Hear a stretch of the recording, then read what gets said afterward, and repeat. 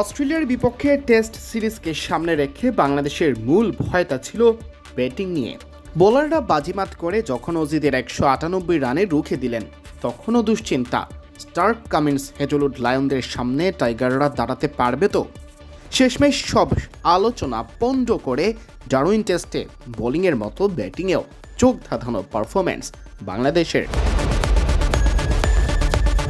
অস্ট্রেলিয়ার 198 রানের জবাবে দ্বিতীয় দিন শেষে 6 উইকেট হারিয়ে 351 রান বাংলাদেশের স্কোরবোর্ডে। ইতোমধ্যে লিড পেরিয়েছে 150 রান, আর এতে মূল অবদান তানজিদ হাসান তামিমের। এই ওপেনার 197 বল মোকাবেলায় খেলেছেন 101 রানের মহাকাব্যিক এক ইনিংস, যার ব্যাটিং দেখে বোঝার উপায় ছিল না এটি তার কেরিয়ারের মাত্র দ্বিতীয় টেস্ট, আর এবারই প্রথম খেলছেন অস্ট্রেলিয়ার মাটিতে। যদিও তামিমকে থামাতে খুব টাইট লেন্থে বল করছিলেন অজি বোলাররা, তাই প্রতিটি মুহূর্তে সতর্ক অবস্থানে থাকতে হয়েছে এই বাঁহাতিকে। বোলার দেখেননি, খেলেছেন বল দেখে।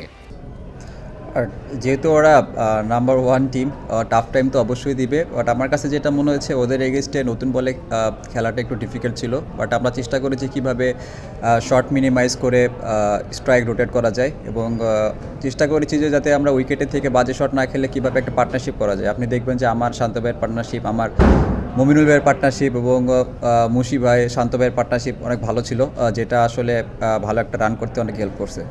আর যেটা বললেন যে ওদের, আমি আসলে কখনো বলার দেখে খেলি নাই, আমি সবসময় চেষ্টা করেছি বলের যে মেরিট অনুযায়ী ব্যাটিং করার।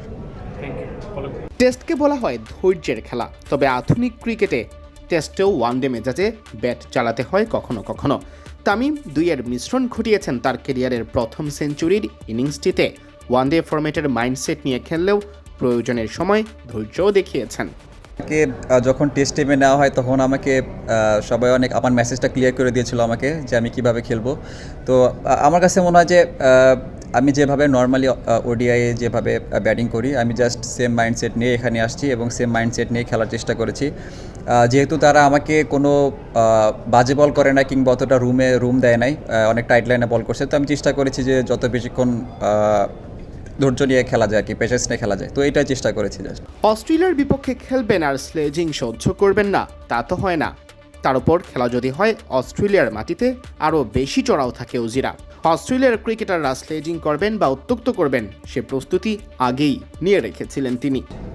আসলে আমি এটার আগে থেকে রেডি ছিলাম এটার জন্য। আমি জানি ওরা যখন উইকেট পাবে না তখন ওরা অনেক হার্ড টাইম দিবে, সেটা বোলিং করে বা মুখে কথা বলে হোক।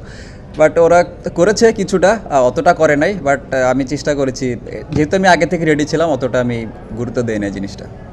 দুর্দান্ত সেঞ্চুরির পর তামিমকে নিয়ে শোরগোল পড়ে গেছে ক্রিকেট দুনিয়ায়। তার সাক্ষাৎকার নিয়েছেন অ্যাডাম গিলক্রিস্টের মতো কিংবদন্তি। এ সময় গিলক্রিস্টের সাথে ক্যামেরার বাইরে কী নিয়ে কথা হলো জানতে চাইলে তামিম বলেন, অ্যাডাম গিলক্রিস্ট ছোটোবেলায় তো যখন দেখতাম অনেক মানে কী বলবো, পছন্দের একটা প্লেয়ারও। আর ও যখন আমার ইন্টারভিউ করছিল তার আগে আমাকে বলছিল যে ও অনেক এনজয় করছে আমার ব্যাটিংটা, তো এটা ভালো লাগার বিষয় আমার কাছে। সিয়াম চৌধুরী, বিডি ক্রিক টাইম।